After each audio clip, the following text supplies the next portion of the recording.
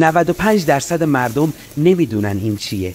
این مقوی ترین مغز جهانه، مغز پسته وحشی یا مغز پسته کوهی. وقتی پوستش سبزه و تازه است بهش میگیم بنوشک. در بهار از درخت بنه توسط بومی‌های زاگرس در دامنه کوه‌ها و جنگل‌های صعب العبور چیده میشه و چون در صنعت داروسازی استفاده ازش میکنن صادر میشه و خودمون هیچ. ضمن‌ای که خیلی خوشمزه است، 100 تا خاصیت داره که خیلی عجیب و غریبن.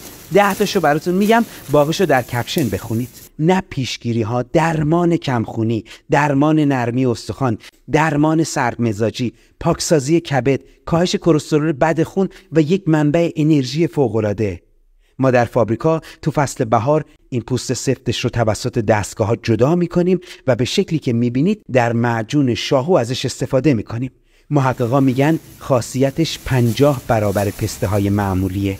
به امید روزی که جلوی صادراتش گرفته بشه و همه بچه‌های ایران، مادرای باردار، جوونا، سالمندا، بیمارای قلبی بتونن ازش استفاده کنن. توی کپشن هم قیمتش رو نوشتم، هم همه خواصش رو. لطفاً با انتشار این مطلب کمک کنید همه مردم ایران این رو بشناسن. شاید مانع صادرات این بمب انرژی کوهستان شدیم.